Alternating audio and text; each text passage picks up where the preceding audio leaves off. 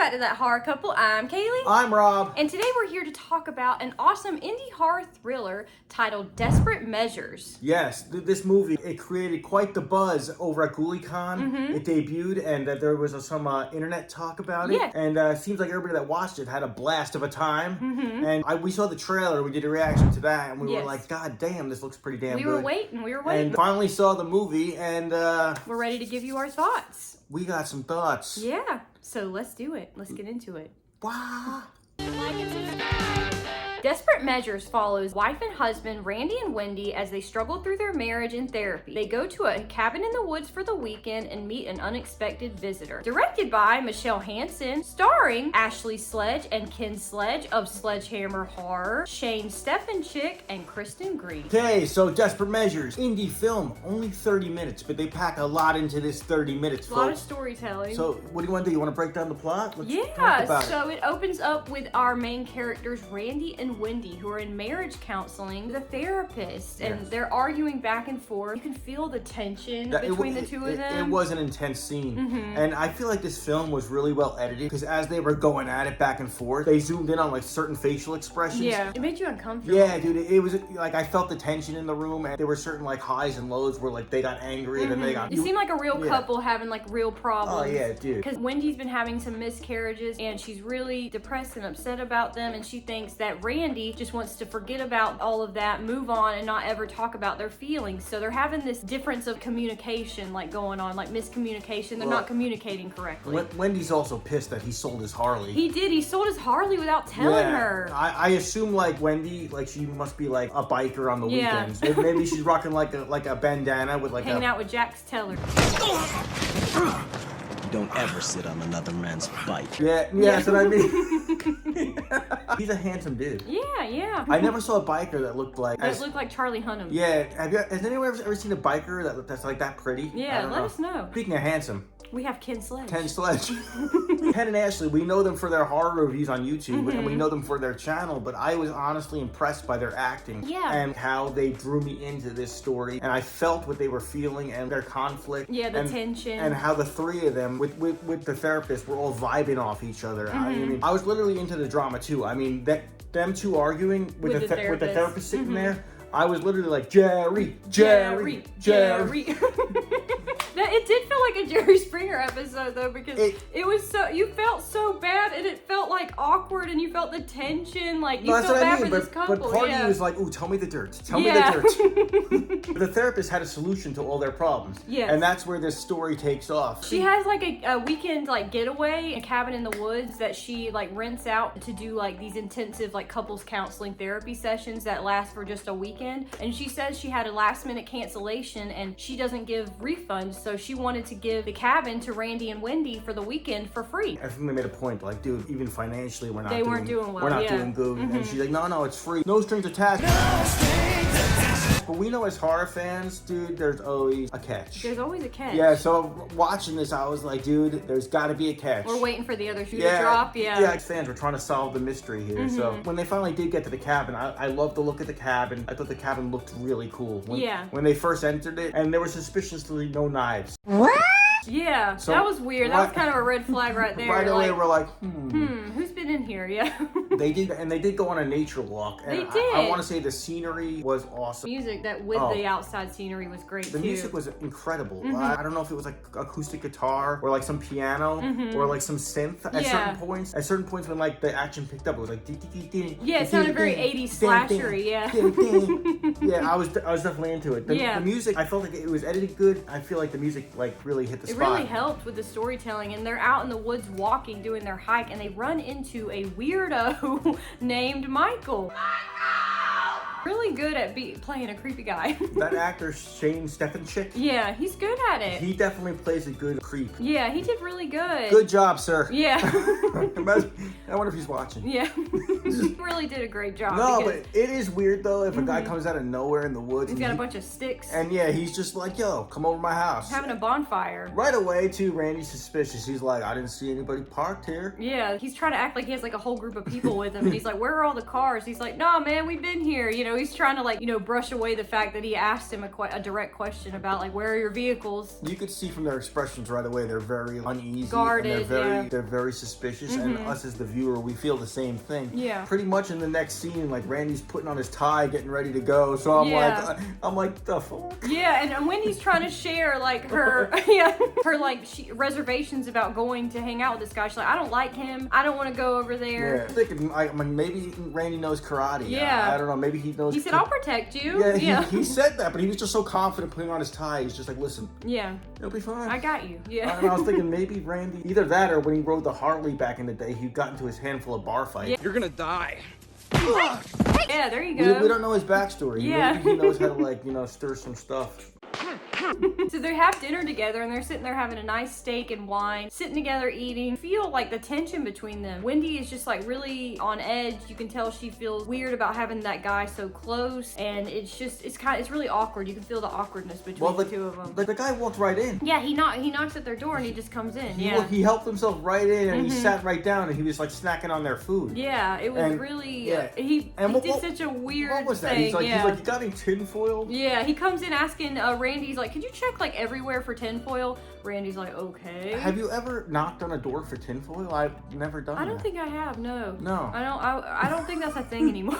I don't know, I just never done that. Back in the day, I think people used to ask their neighbors for like a cup of sugar or whatever, but I don't think people do that anymore. I don't know if Amazon delivers in the woods. No. Keep that change, you filthy animal. Cheapskate. This guy wants tinfoil. He does. And as Randy's looking for the tinfoil, Michael sits down with Wendy and he's being really creepy. He's like, oh, steak and wine? Like somebody's getting laid tonight. And he's like, boys to men? And he starts singing I'll Make Love to You. No, and Wendy's like... The character of Wendy, Ashley Sledge, you could see how uncomfortable she looked during this whole scene. She really like, you know, you really feel bad for her. Because she had the look on that the viewer was thinking, like, what the fuck? Yeah, like, get this guy out of here, man. Yeah, he was really good. They were both really great in this scene, though. You could feel the tension and how uncomfortable she was and how weird he was. Do not disturb signs. Yeah, like, put it on the cabin door. Like the hotel doors have. Yeah. I don't think that guy, Mike, would listen, though. No, I don't think so. He's like, I need tinfoil! Give me my foil! Yeah. Randy tells Michael, like, you gotta go, like, you need to leave. And Michael, like, kind of puts up a fight at first, but then he leaves and No, that got intense, though. Yeah, that got really intense. It was very awkward and uncomfortable. He's like, get the fuck out! Yeah, he's like, and Ken did a really good job, like, embodying, like, Randy being, like, upset and frustrated that the guy's in here, like, making his wife super uncomfortable. And then Ashley did a great job of making us as the viewer feel for her and how uncomfortable she was in this awkward situation. So all around, it was great. After they throw him out, I believe that's where everything hits the fan. It does. And it gets really intense. And I believe we're into spoiler territory now. We are. So if you've not seen Desperate Measures, check it out on Fearopoly or on Sledgehammer Horror because we will be spoiling the rest of the film. And I don't want to spoil it. I don't want to be that guy. We want you to watch it and then come back and watch our review. I don't want to be like, everybody's like, Rob's a dick. And I don't want you guys to join that club because they're getting more members as we speak, you know. There's a whole Facebook page dedicated to it. And, So Michael makes his way back into the cabin, holds a gun to them, and is basically like, "Why, you know, let me in. I'm coming in to hang out. We're all friends here, right?" Being a weirdo, acting like one of the, you know, Devil's Rejects family members, like breaking in. Intense battle too, because I think he's wrestling around with Randy at that point. Yes, he is. So. And Randy tells Wendy to run, and as they're scuffling together, Randy and Michael, Wendy runs out of the cabin, and we hear a gun go off. And unfortunately, Michael got Randy in the leg, so ouch. Busted a cap, right? Bust a cap. Yeah, oh, that's so painful. But we see this really cool sequence of Wendy running out of the cabin and Michael's like following after her kind of slowly. Kind of like, you know, Michael or Jason would kind of be like stalking. I think that's where the synth came in. The synthy music came in at that time, It was a cool chase scene. Yeah, it was. And it was a familiar style like that we see in all these horror films we love, like that chase scene through the woods. Yeah. There are like shout outs to 80s fans. slashers. I think anybody could be like, dude, I love this stuff. Yeah, Yeah, and I love the woods at night too, because yes, Wendy's being chased by Michael, but also running into pitch black woods with like in the middle of nowhere without a phone, without being able to know where you're going. Like, I think that's terrifying in itself. That's added to the story, that she's running out into the middle of nowhere. I think that's almost more terrifying than being caught by the other guy. Like, what kind of vacation home did you send me to? Yeah. I just want my Harley. Yeah.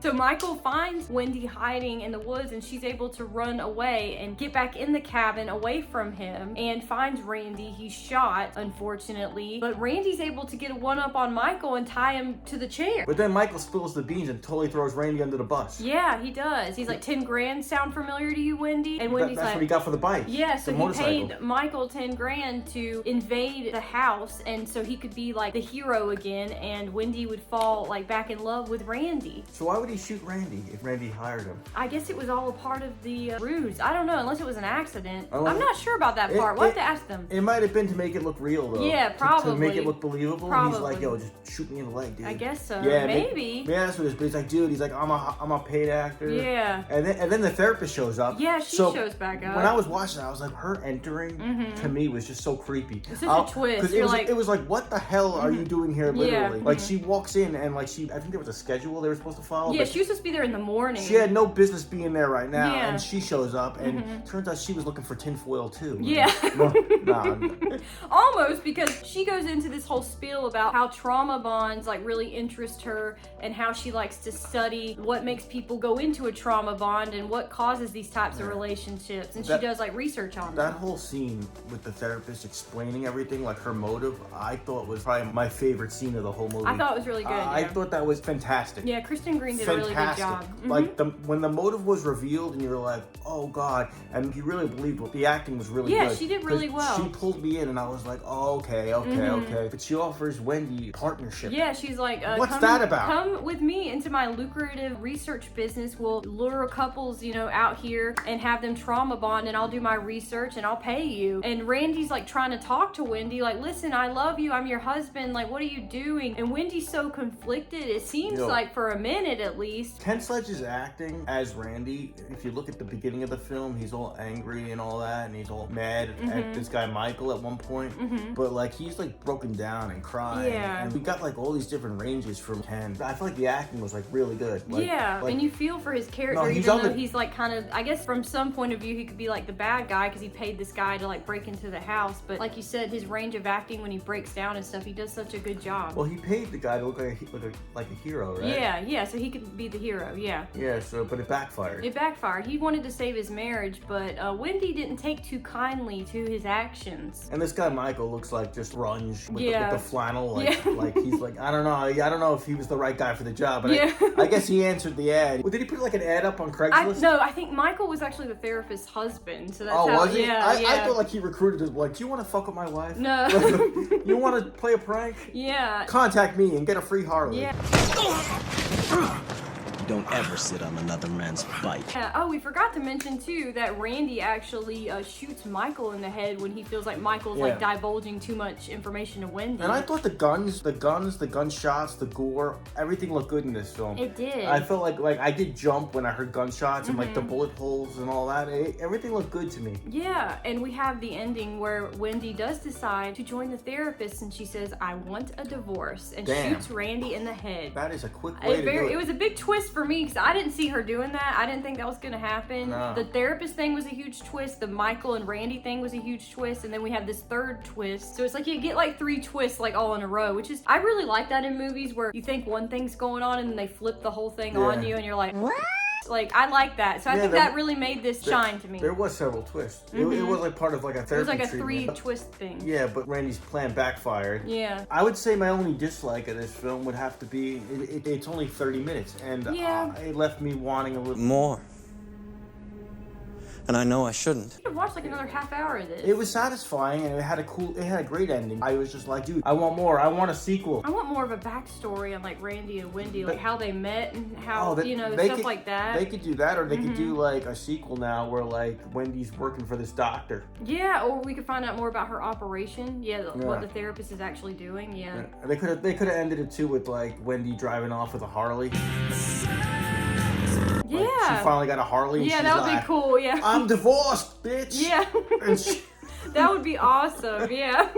I enjoyed the horror film. I think everybody did a really great job. I love the location. I like the acting. The music was great. It was just really good. I really give it credit for everything that you mentioned. I thought it really hit like all these spots of everything I love in a movie. And they packed in like a good story in just like 30 minutes. For 30 minutes, they really gave you a lot to watch and it entertains you. Yeah, so I say definitely check this out. It's called Desperate Measures. Yes, and I believe check it out on Sledgehammer Horror. It's coming out on YouTube, Yeah, so make sure you're checking it out. Make sure you guys are subscribing to Fearopoly and Sledgehammer Horror. Ken and Ashley, we love you guys. We're so proud of you, so happy for you guys. I did that one-handed. Yeah. There we go. We love you guys. Make sure you guys are commenting. Make sure you're commenting. Yeah, make sure you're commenting down below, but also make sure you're subscribing to Sledgehammer Horror, to That Horror Couple. We appreciate it. Just hit that subscribe button. Hit the bell to be notified when we drop all of our new videos. We have a membership, Horror Couple Homies. Yes, it's good stuff. And yeah, join. It's only only $2.99 a month where we put exclusive videos on there we don't put on our main page. So we'd really appreciate it. Thank you guys to all of our members who are members. We love you guys. Of course, you're a member if you're a member. Don't make me call Michael. Yeah. Oh no, don't call Michael. Yes. I'll make love to you. Doesn't Are he you sing singing that? Boyz II Men? That's what he sings in the movie. Yeah. God. Yeah. We need therapy. Yeah. There are days I can't even stand you. Oh. Once again, I'm Kaylee. I'm Rob. And we hope you guys have a wonderful weekend, and we will see you guys soon. Horror couple. Oh yeah. That horror couple. It's us. That horror couple. That horror couple.